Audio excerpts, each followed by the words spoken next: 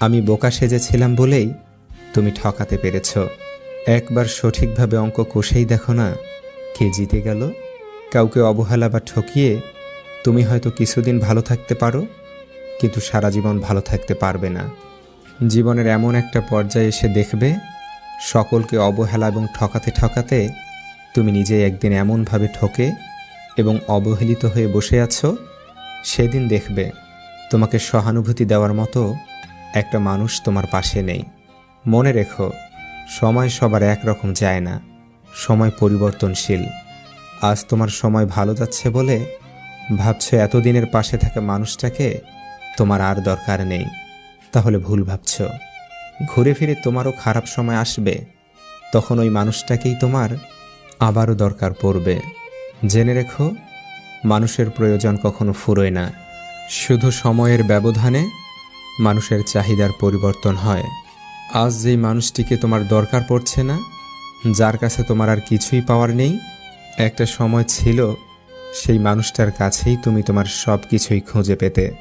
আসলে ব্যাপারটা হচ্ছে, কেউ যখন পাশে থাকে তখন তার মূল্যটা অতটা বোঝা যায় না, যতটা বোঝা যায় মানুষটা না থাকার পর।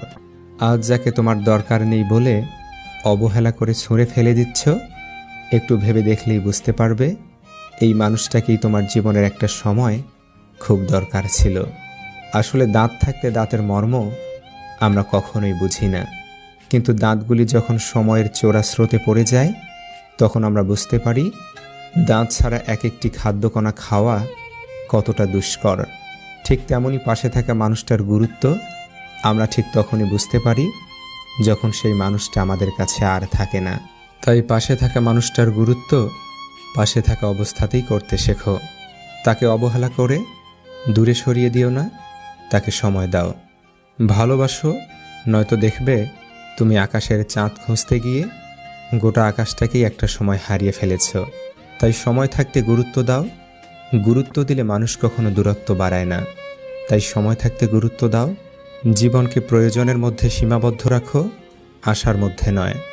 কারণ প্রয়োজন ফকিরেরও পূর্ণ হয়, কিন্তু আশা বাদশারও পূর্ণ হয় না।